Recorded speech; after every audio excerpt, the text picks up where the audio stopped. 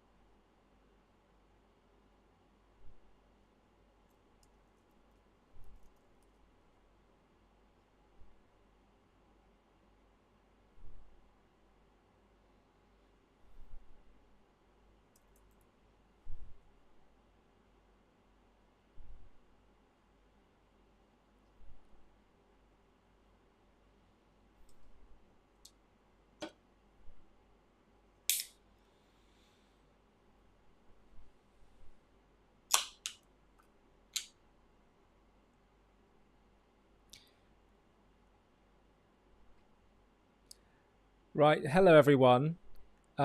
Before we start, I just want to check. Karen Greenstein, um, if you're here, please do comment because I know we spoke about uh, you joining. Also, Janet Zale, please do comment so you can let me know that you're in. This is a live stream discussion. What I'm going to be doing is talking to you a bit about JTV. And this is now technically I've arranged for live stream discussions to be for JTV members, but we thought that it would be a good idea to start initially by doing this, for everyone, just do it publicly. And if you're interested, then you can kind of see what it is that we'll be doing for JTV members, and then hopefully it can whet your appetite.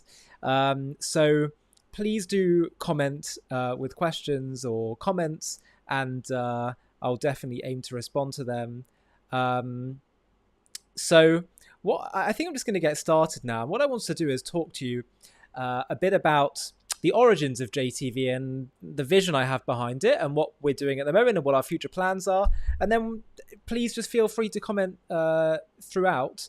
And I think I'll even change this to submit your comments or questions in the live chat and I'll respond. Okay, so the origins of JTV are as follows. I just want to tell you a bit about the background because I think some people may find this of interest. So I set up JTV in 2016. The origins are that I grew up in a traditional Jewish household. I felt very connected to my Jewish identity. And over the years, I became more and more inspired about my Jewish heritage, Jewish wisdom, Israel.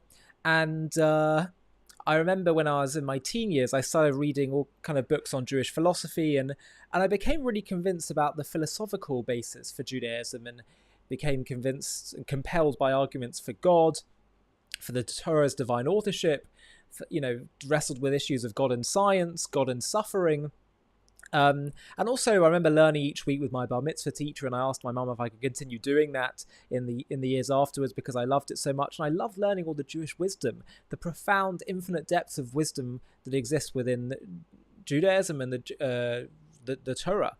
A big turning point, though, for me was when I went on a trip to Poland when I was 17. My grandfather was a Holocaust survivor. He escaped Poland days before the Nazis got to his town. They converted his apartment into the local Gestapo headquarters, his family apartment. And he managed to make his way to London after the war and built a life for himself. And when I was in Poland, I really felt that sense of the weight of my heritage and my, the Jewish journey. There were so many things that hit me on that trip to Poland and seeing all the death camps, as well as all the life that existed. I mean, it was the center of global Jewry prior to the Holocaust, Eastern Europe.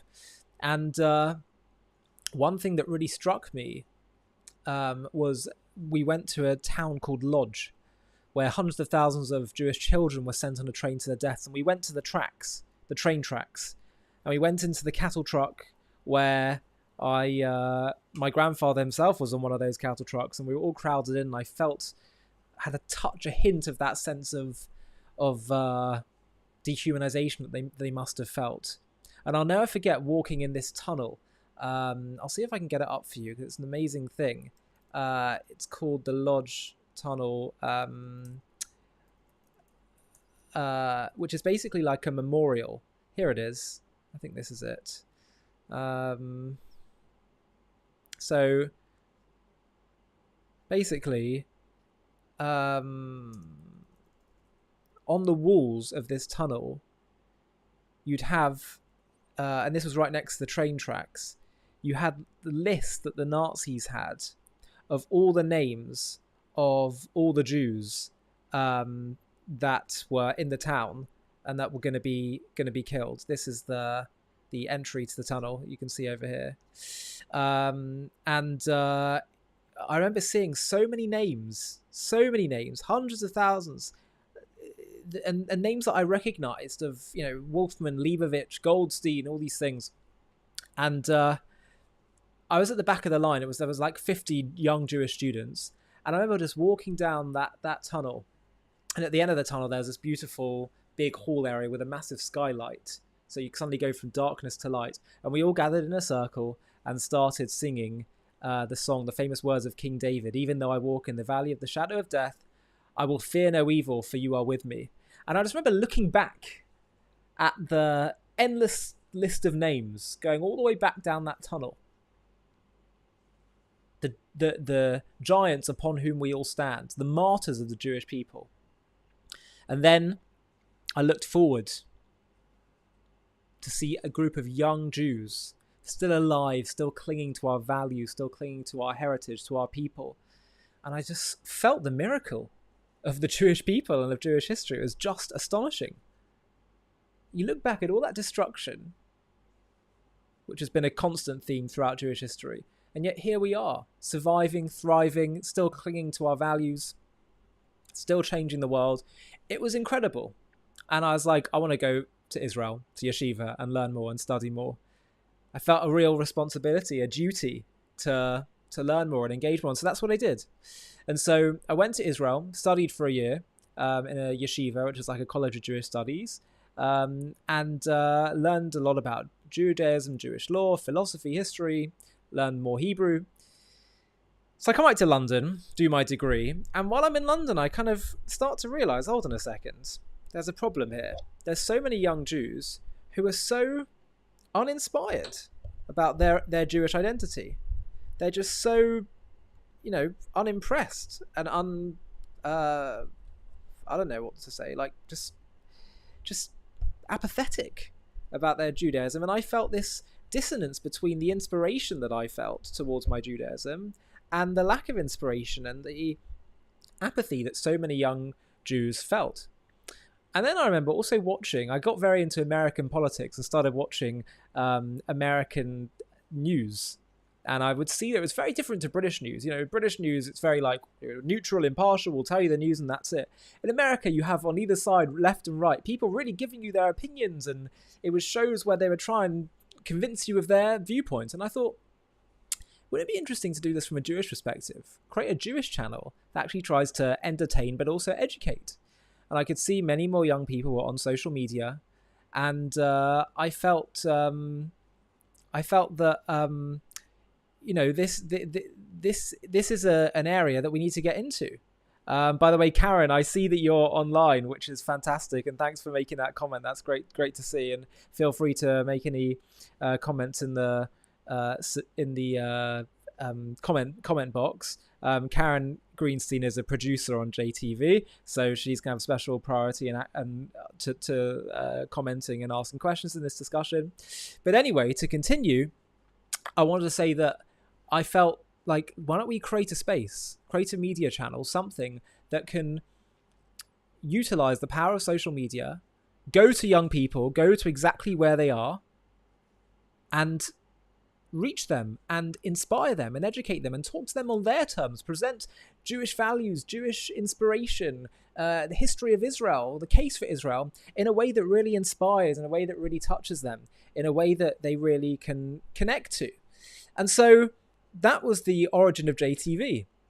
So set up JTV in 2016. It's been going now. It's obviously grown a lot over the years, particularly in the last year, given that the world's magnifying glass has been on the Jewish people in Israel when they dare to defend themselves from a modern day genocide that Hamas committed.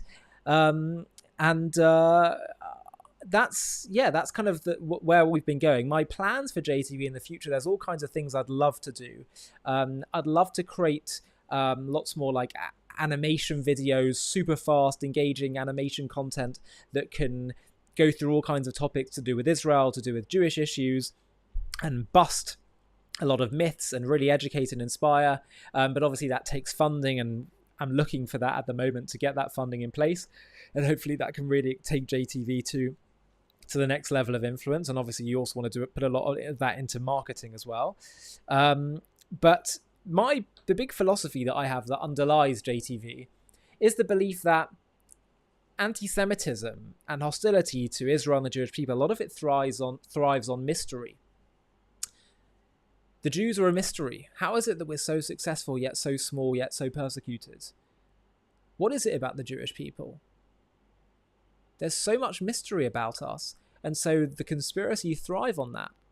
So my view is, if we can demystify and actually show the beauty and wisdom within Judaism and the incredible, hopeful, optimistic story of Israel, the decolonization cause that Israel is, then I think we can really have a big impact in shifting people. I don't think it's enough to simply fight the hate, to fight anti-Semitism.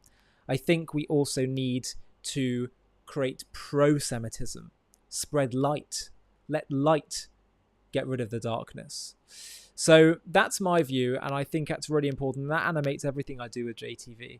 Karen, I see you said many non-religious Jews are Zionists. Actually, I think this might be a good way to reach out to Jewish and non-Jewish people who think that Zionism isn't for them. Absolutely. Absolutely. But not just that, who think that many of the Jewish principles aren't for them. The religious belief, the spiritual beliefs, it's meant to be something that the Jewish people are meant to bring to the entire world. We've inherited a bit of an inferiority complex, which isn't surprising after 2,000 years of persecution. When people say, why do you Jews, especially religious Jews, have such walls up to the wider world? It's like, who put up those walls? If you dared contradict the conventional wisdom, especially in the religious world, of Christian Europe as a Jew, you were done for. So we didn't really have a voice, but now we do have a voice. And the world is crying out for moral clarity and direction. They've realized, they've seen all their gods have fallen, have failed them. And so our time has really come. See, I got a comment from Adela Winter saying, hi from Brooklyn, just started watching your content recently. I really enjoy your content. Greatly appreciate that. Thank you so much. Please let me know, I don't know if I'm pronouncing your name right by the way, but let me know if there's any content that you'd like to see us doing more of. Anything that you think we should cover that we haven't covered yet, please do let me know. You work in a high school with dealing with anti-Semitism. Yes, I actually spoke to a teacher a few days ago who was dealing with a similar thing. I wish you a lot of success in dealing with that. Sometimes there can be, as Douglas Murray put it, distinguishing between the silly and the sinister. So sometimes the hostility to Jews can just be basic ignorance that can be enlightened, and sometimes it can be more sinister. But I do believe that, as I was saying earlier, the key thing is to be completely uncompromising in who we are and to spread the positive messages of Judaism and Jewish values and of Israel, and to help people to see the light, because we do believe that people can come round. So we shouldn't think all hope is lost with people who are quote unquote anti-Semitic, at least for people who, aren't so poisoned that they're completely impossible to de-radicalize. It's amazing to see some of these people like Mossab Hassan Youssef, son of Hamas, Loay al-Sharif, people who are fed a diet of poisonous Jew hatred from their basically when they were a baby, and yet they were able to see the light. So that should give us a lot of hope that people can change and that really can happen. So Aaron Miller says, Mr. Bowman lost. I was surprised to see him bring in Middle East division. Not sure who you're referring to there. Perhaps you could fill me in. I'm just going to look up, see who you're referring to. James Bowman loses New York. Oh, yes.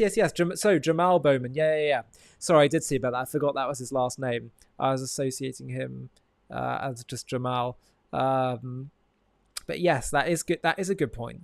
And we should remind ourselves of this. Adela, that's interesting as well. You had a chat with an assistant principal. I had an incident when I went to speak at a school a few months ago, where after I went in, they could obviously see that I was Jewish. I was wearing one of these. There was a non-Jewish student who cornered me in the corridor. This was about a month into October 7th, 2 months in. And he said, "Hey, Rabbi."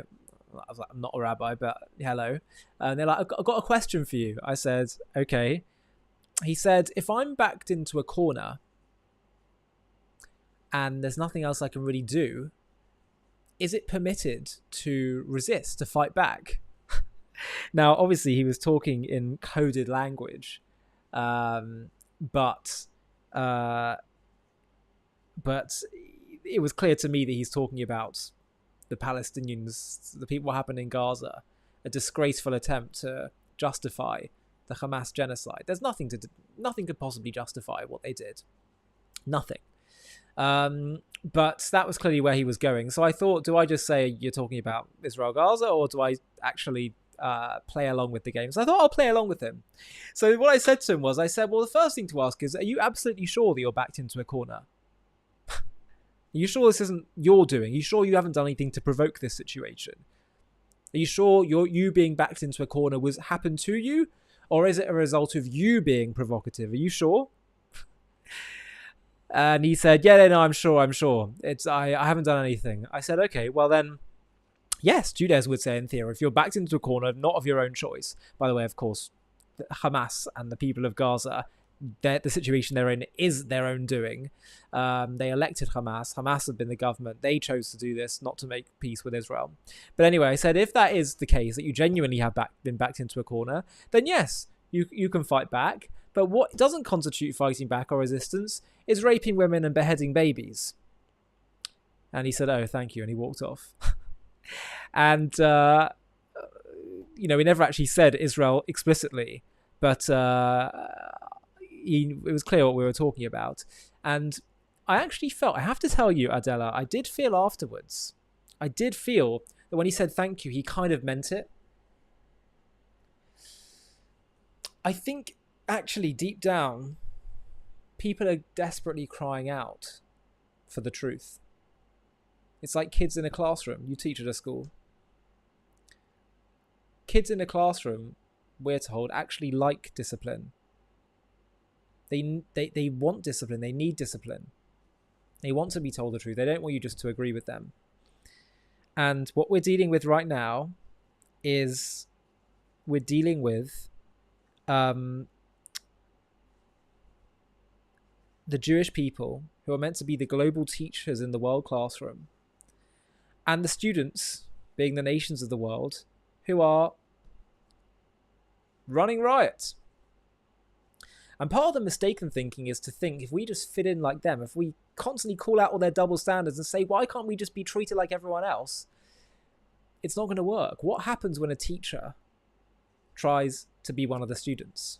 They get taken advantage of, bullied. The students run rings around the teacher. It frustrates the students. It frustrates the teacher. A much better approach is simply to say, we will do our job and we will be unapologetic about our job and tell the world who we are. Just like that boy who said thank you. I genuinely think they appreciated it. I'm going to take one last question today. I'm seeing from Psych Insights. What do you think Israel needs to do right now to be a strong Israel? Well, we've spoken about this before. I've done a number of videos on this. I suggest that you check out this video. I'll show it to you here. It's called, have a look at this, one sec. Let me just get it up for you. Yeah, it's this one. Over here. Why Israel shouldn't fear globalization and annex Gaza. Okay, this is on JTV. It's with a rabbi. Rabbi Manis Friedman. And here he makes the case that strength is the only language they understand in the Middle East. The Jewish people have the right to the land. It is our eternal inheritance. And the more we just speak the truth, the more that has power.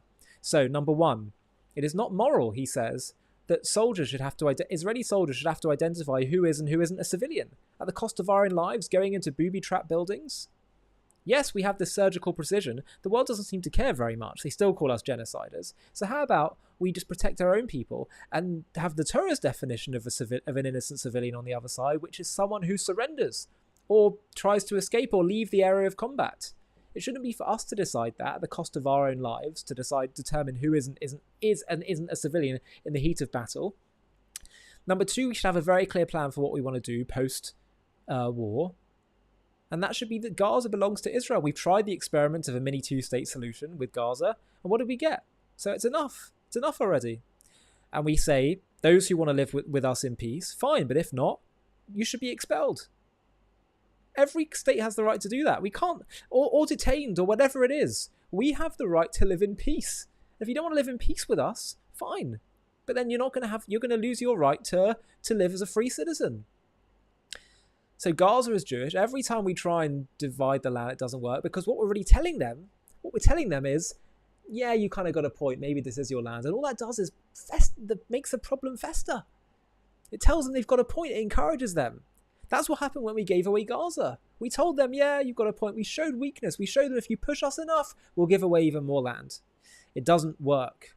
So the only language that they understand, the only one we need to try is to be strong. I will take one more question, which is from David McCann, and that is, what's the best argument for Israeli settlements in Judea and Samaria? It's the one I struggle to know how to best explain. Blessings. First of all, watch a film that I was involved in producing called Settling the Facts on YouTube. Watch that. It's an 1.5-hour documentary that'll give you a lot of information. Watch it, share it. And yeah, I produced and directed that documentary. But in essence, because it's our land, it's the Jewish people's homeland. Judea doesn't belong to the people of Judah. Judea and Samaria, it's the heart of the biblical stories and narratives. This is the Jewish people's God-given eternal inheritance. And if you don't know that, then frankly, you need to go back to kindergarten. That's the truth. And we're happy to live among others in peace. But if they don't want to live in peace with us, then bye-bye. We're not accepting this anymore. And to say, well, at least try the two-state solution thing, we have. We've tried it since the 1930s and they're not interested. To anyone who thinks we can keep dancing to the same old tunes of two-state solution, they've lost it. They are completely insane. They are burying their heads in the sand. And those who say I'm the extremist because I don't want a two-state solution, I indulged that idea pre-October 7th. And now we see that the vast majority of the Palestinians, quote-unquote Palestinians, they're Arabs, but they supported what happened on October 7th. And I say, what on earth are we doing? You want an October 7th on steroids by giving them a Palestinian state? They've blown it. They had nearly 100 years to agree to a state, and they've blown it. Enough is enough.